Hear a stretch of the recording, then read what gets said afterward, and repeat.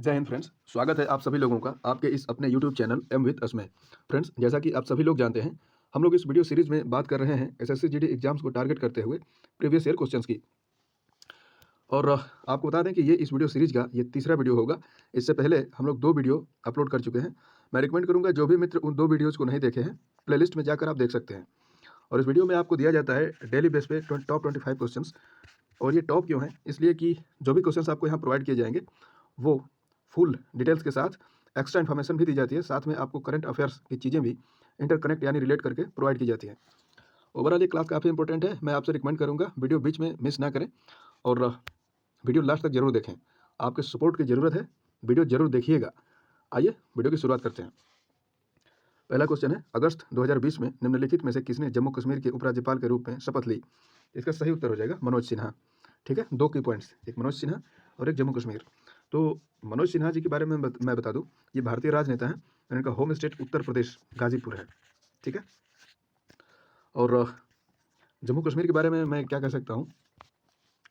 तो जम्मू कश्मीर के बारे में मैं आपको बता दूं कि जम्मू कश्मीर की राजधानी है श्रीनगर। और ये जम्मू कश्मीर पहले राज्य हुआ करता था, लेकिन अगस्त 2019 में केंद्रीय गृह मंत्रालय के द्वारा जम्मू कश्मीर को 2 यूटी में विभाजित कर दिया गया।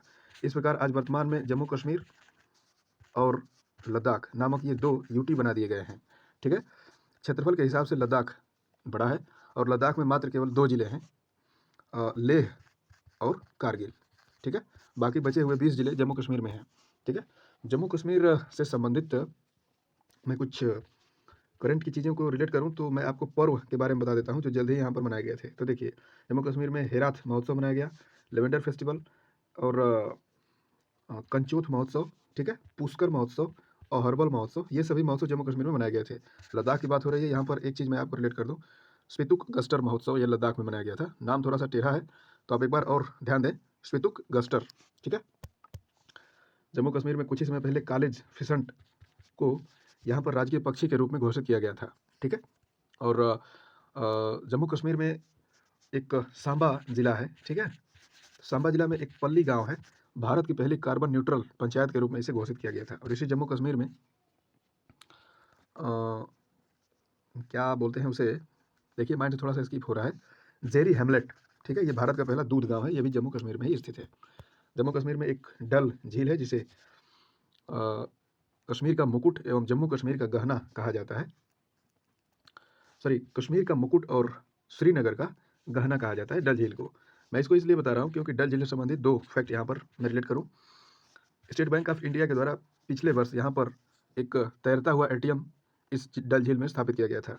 और इस वर्ष इंडिया पोस्ट पेमेंट बैंक के द्वारा भारत का पहला तैरता हुआ वित्तीय साक्षरता शिविर यहीं पर चलाया गया था, जिसका नाम था निवेशक दीदी। याद रखिएगा, ये नीचे वाला क्वेश्चन काफ़ी इंपॉर्टेंट है। नेक्स्ट, रेचना दोआब निम्नलिखित में से किन 2 नदियों के बीच स्थित है? तो इसका सही उत्तर हो जाएगा रावी और चेनाब। ठीक है, देखिए ये रेचना दोआब की बात हो रही है, नाम याद रखिएगा, रावी और चेनाब नदियों के बीच में स्थित है। दोआब क्या होता है? तो देखिए, 2 नदियों के बीच का जो उपजाऊ क्षेत्र होता है उसी को दोआब बोला जाता है, जैसे गंगा यमुना का दोआब। ठीक है, उपजाऊता की दृष्टि से ये क्षेत्र काफ़ी उपजाऊ होता है क्योंकि मुख्यतः इन क्षेत्रों का निर्माण नदियों द्वारा बहाकर लाए गए मलबों के माध्यम से ही होता है। ठीक है, यहाँ पर रावी और चेनाब की बात हो रही है, तो आपको बता दें कि ये दोनों सिंधु नदी की सहायक नदियाँ हैं। रावी नदी का पुराना नाम परूशनी नदी है। कई बार परीक्षाओं में नदियों के पुराने नाम पूछ लिए जाते हैं। और रावी नदी के किनारे बसे शहर की बात करें तो लाहौर, जो पाकिस्तान का एक शहर है जिसे पाकिस्तान की सांस्कृतिक राजधानी के रूप में भी जाना जाता है, ये रावी नदी के किनारे ही बसा है। और लाहौर के अलावा इतिहास में हड़प्पा का नाम आप सुने होंगे, ये हड़प्पा नगर रावी नदी के किनारे ही बसा था। ठीक है, और चेनाब की बात करें तो ये सिंधु नदी की सबसे बड़ी सहायक नदी है। करंट की बात करें तो देखिए, भारत नहीं वरन विश्व का सबसे ऊंचा रेलवे आर्क ब्रिज ये चेनाब नदी पर ही बनाया जा रहा है, जो एफिल टावर से भी ऊंचा होगा। तो इतनी बातें यहाँ से। नेक्स्ट, फ्रेंच ओपन 2020 में निम्नलिखित में से किस खिलाड़ी ने महिलाओं की एकल प्रतियोगिता जीती थी? तो इसका सही उत्तर हो जाएगा ईगा स्वितक। ठीक है, देखिए यहाँ पर फ्रेंच ओपन से संबंधित मैं कुछ बातें बता देता हूँ। देखिए, लॉन टेनिस एक खेल होता है, उसमें 4 ग्रैंड स्लैम होते हैं। ठीक है, देखिए Australian open, French open, Wimbledon open और लास्ट में यूएस ओपन। ठीक है, इनके आयोजन का क्रम भी यही है। आपको बता दें कि यही चारों ग्रैंड स्लैम प्रतिवर्ष आयोजित किए जाते हैं। ऑस्ट्रेलियन ओपन और यूएस ओपन ये दोनों हार्ड कोर्ट पर खेले जाते हैं। याद रखिएगा, ये कई बार परीक्षा में पूछ लिया जाता है, तो मैं एक बार फिर से बता रहा हूँ। ऑस्ट्रेलियन ओपन और यूएस ओपन ये दोनों हार्ड कोर्ट पर खेले जाते हैं, और फ्रेंच ओपन जो होता है वो क्ले कोर्ट पर खेला जाता है, और एकमात्र विंबलडन ओपन जो ग्रास कोर्ट पर खेला जाता है। याद रखिएगा, ठीक है। Next, which of the following statement is correct. वहाँ पर जो परीक्षा में 4 ऑप्शन दिए गए थे, वहाँ से ये ऑप्शन सही था, ठीक है। तो आप इसको ध्यान दीजिए। नेक्स्ट क्वेश्चन, भारतीयों के लिए स्वस्थ और फिट जीवन शैली का मार्ग प्रशस्त करने के लिए फिटनेस गतिविधियों और खेलों को अपने दैनिक जीवन में शामिल करने के उद्देश्य से भारतीयों को प्रोत्साहित करने के लिए फिट इंडिया अभियान की शुरुआत कब किया गया था। तो आपको बता दें कि इसकी शुरुआत अगस्त 2019 में की गई थी, फिट इंडिया मूवमेंट के रूप में, ठीक है। करंट से फैक्ट एक बता दूं, अभी जल्द ही पीवी सिंधु का नाम आप जानते होंगे। पीवी सिंधु के द्वारा अभी हाल ही में इसी फिट इंडिया मूवमेंट के तहत फिट इंडिया स्कूल वीक की शुरुआत की गई है, और उसकी जो प्रतिनिधित्व कर रही हैं उसका वो पीवी सिंधु ही है, ठीक है। नेक्स्ट, अच्छा, पीवी सिंधु के बारे में मैं बता दूं, ये तेलंगाना को रिप्रेजेंट करती हैं, और पीवी सिंधु आप कई बार सुने होंगे, ये एक बैडमिंटन की खिलाड़ी हैं, ठीक है। और पीवी सिंधु हम सभी लोग जानते हैं। कभी आपने ध्यान दिया है क्या कि पीवी सिंधु का पूरा नाम क्या है? तो इनका मैं पूरा नाम बता देता हूँ, पुसरला वेंकट रमन सिंधु, ठीक है, याद रखिएगा। नेक्स्ट क्वेश्चन, लोधी वंश की नींव निम्नलिखित में से किसके द्वारा रखी गई थी। तो आपको बता दें कि लोधी वंश का संस्थापक जो था वो बहलोल लोधी था, ठीक है। लोधी वंश के शासनकाल की यदि हम बात करें तो इसका शासनकाल 1451 से लेकर और मुगल शासकों के आने से यानी 1526 तक, मतलब 1451 से लेकर और 1526 तक इनका शासनकाल रहा था। उसके बाद भारत में मुगलों का उदय हुआ। बहलोल लोधी की बात हम लोग कर रहे थे। बहलोल लोधी बहलोल सिक्के के लिए काफ़ी जाने जाते हैं, और बहलोल लोधी एक ऐसा शासक था जो अपने सरदारों के खड़े रहने पर खुद भी खड़ा रहता था, ठीक है।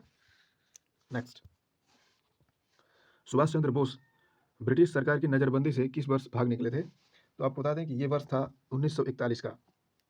बात करें थी सुभाष चंद्र बोस की, तो देखिए इनका जन्म उड़ीसा के कटक में 1897 में हुआ था। भारत में बहुत ही सक्रिय क्रांतिकारी के रूप में इनको जाना जाता है। इनका एक उपनाम है नेताजी, ठीक है। और इन्होंने जय हिंद का नारा यही दिया था, और एक और प्रसिद्ध नारा है, तुम मुझे खून दो और मैं तुम्हें आज़ादी दूंगा, ठीक है। करंट की बात करें तो इनकी 125वीं जयंती 23 जनवरी को भारत सरकार द्वारा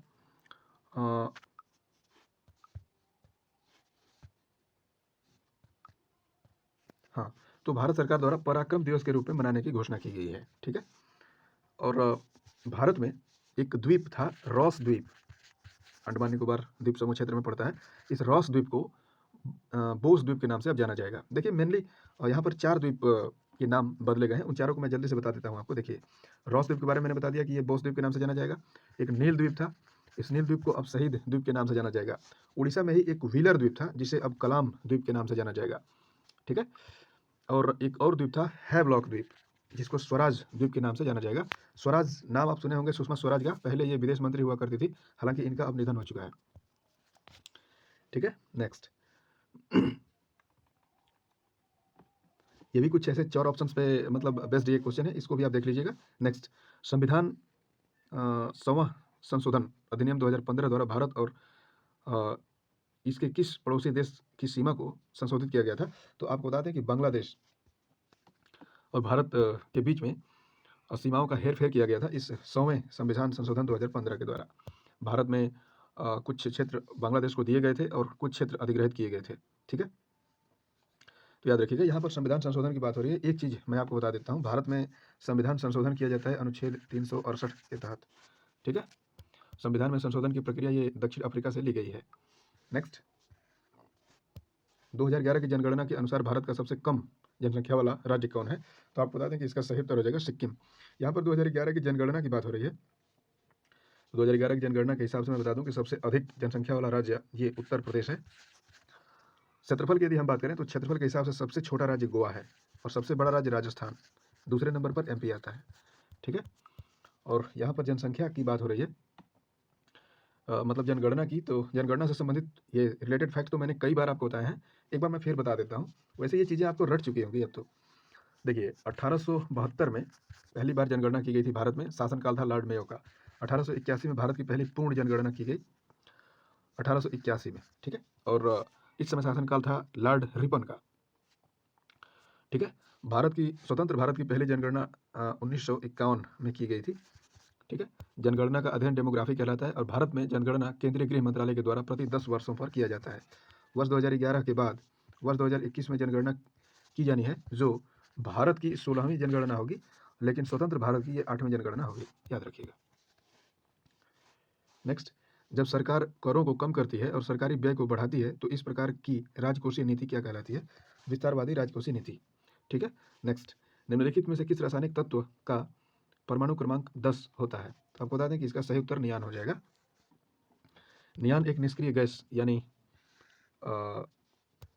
निष्क्रिय गैस की सूची में इसको सम्मिलित किया जाता है क्योंकि इसके सभी अष्टक भरे हुए होते हैं, अतः इसे इलेक्ट्रॉन लेने और देने की कोई आवश्यकता नहीं होती है। नेक्स्ट, ओलंपिक चार्टर के मौलिक सिद्धांत किसके द्वारा दस्तावेज पर आधारित हैं? तो आपको बता दें कि इसका सही उत्तर हो जाएगा पियरे डी कोबर्टिन के द्वारा, ठीक है। नेक्स्ट, दीपा मलिक रियो पैरालंपिक्स में पदक जीतने वाली पहली भारतीय महिला पैरा एथलीट हैं। प्रश्न यह है कि ये पैरालंपिक्स कब और कहाँ आयोजित किया गया था? तो आपको बता दें कि ये वर्ष 2016 में आयोजित किया गया था। ये ग्रीष्मकालीन ओलंपिक था और इसको रियो डी जेनेरियो ब्राजील का एक शहर है, ठीक है। वहीं पर इसे आयोजित किया गया था, ठीक है। क्योंकि 2016 के बाद आप जानते हैं कि प्रति 4 वर्षों पर ये ओलंपिक का ये जो इवेंट है वो आयोजित किया जाता है। तो 2016 में आयोजित किया गया था रियो डी जेनेरियो और 2020 में ये टोक्यो जापान में आयोजित किया गया था। हालांकि कोविड-19 के कारण ये 2020 में आयोजित नहीं हो सका, इसका आयोजन 2021 में किया गया था, ठीक है, पिछले वर्ष। तो उसी इवेंट में इस पैरा ओलंपिक्स में पदक जीतने वाली पहली भारतीय पैरा एथलीट बनी थी दीपा मलिक, ठीक है। और दीपा मलिक से संबंधित एक करंट की बात बता दें, भारत में टीबी मुक्त भारत अभियान का अभी जल्द ही इनको ब्रांड एम्बेसडर बनाया गया है।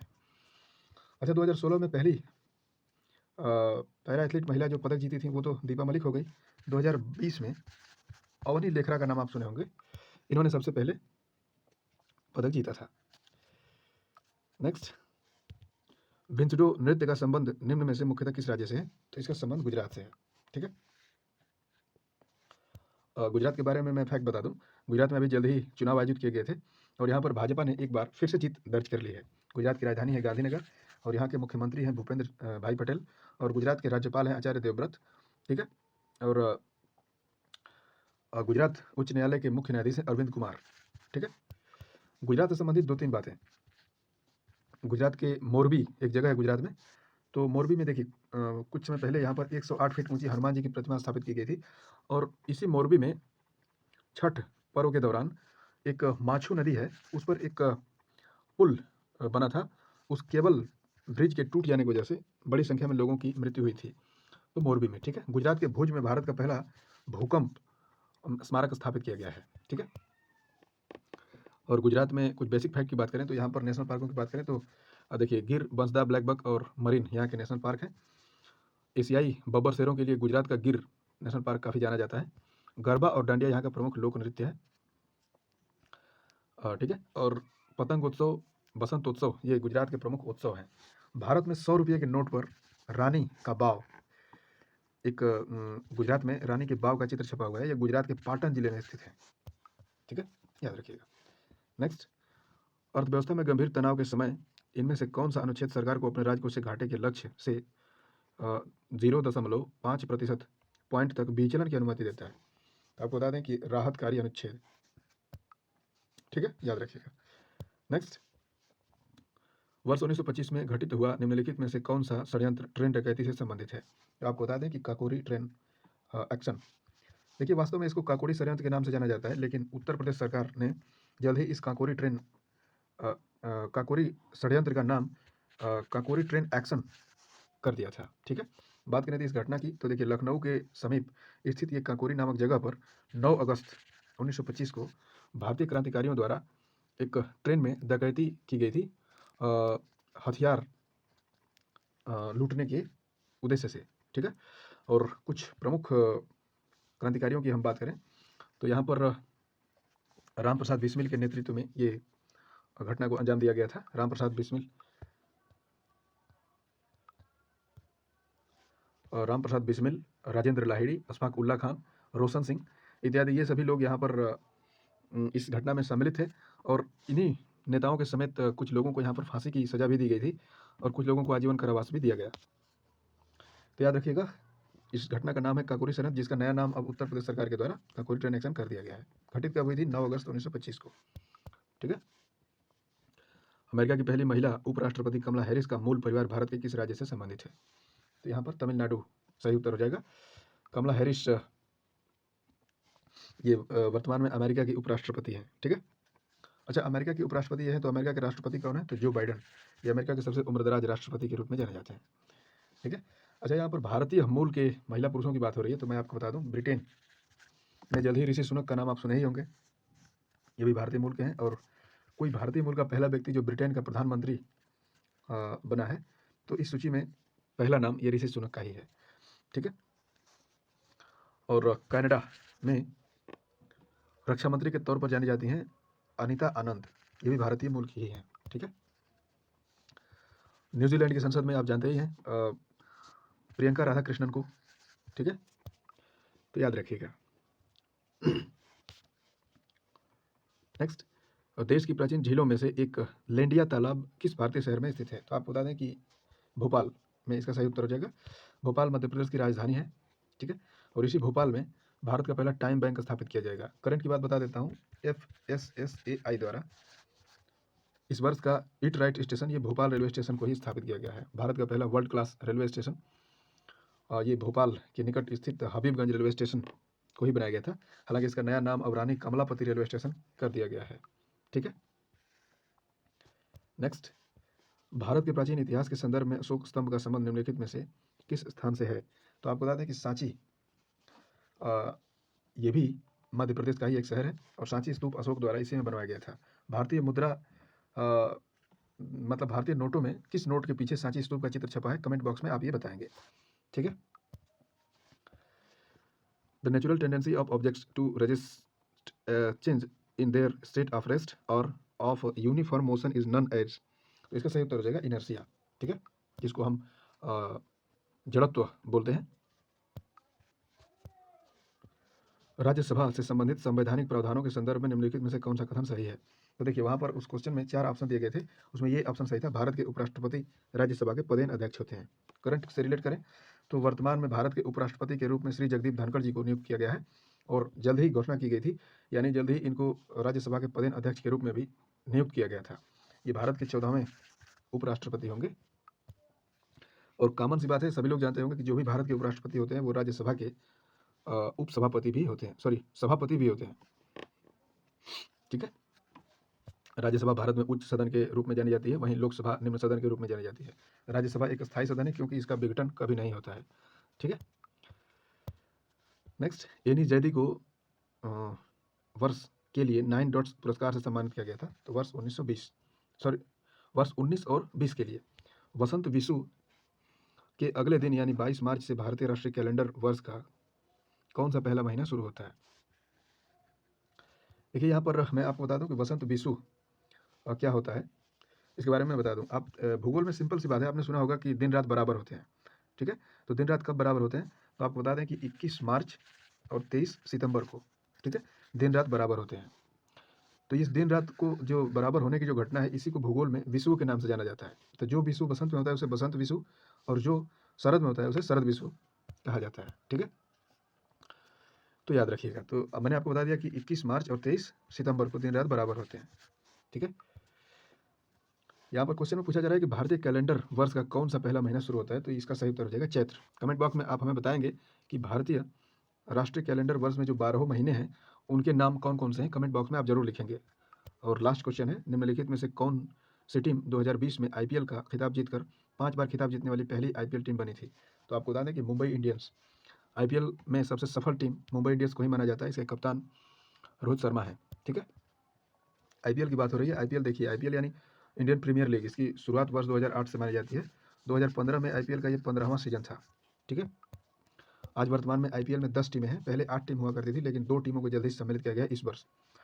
ठीक है। लखनऊ और गुजरात यानी अहमदाबाद। ठीक है। ये 2 टीमें, हालांकि अहमदाबाद हालांकि अहमदाबाद ने इस बार यानी 2022 का खिताब भी जीत लिया है अहमदाबाद ने। ठीक है। और एक चीज़ और बता दूं, वर्ष 2023 से पहली बार महिला आईपीएल की शुरुआत की घोषणा भी बीसीसीआई के द्वारा की गई है। ठीक है। तो फ्रेंड्स, ये थी हम लोगों की आज की चर्चा। उम्मीद करता हूँ ये वीडियो आपको अच्छी लगी होगी। यदि वीडियो आपको अच्छी लगी है तो आप चैनल को सपोर्ट जरूर करें, वीडियो को लाइक, शेयर और कमेंट भी जरूर करें। और आपके सभी सजेशन कमेंट बॉक्स में सादर आमंत्रित हैं, आप अपनी राय जरूर रखें। तो आज की इस वीडियो में सिर्फ इतना ही। मिलते हैं फिर से नई एक वीडियो में। तब तक के लिए आपका धन्यवाद।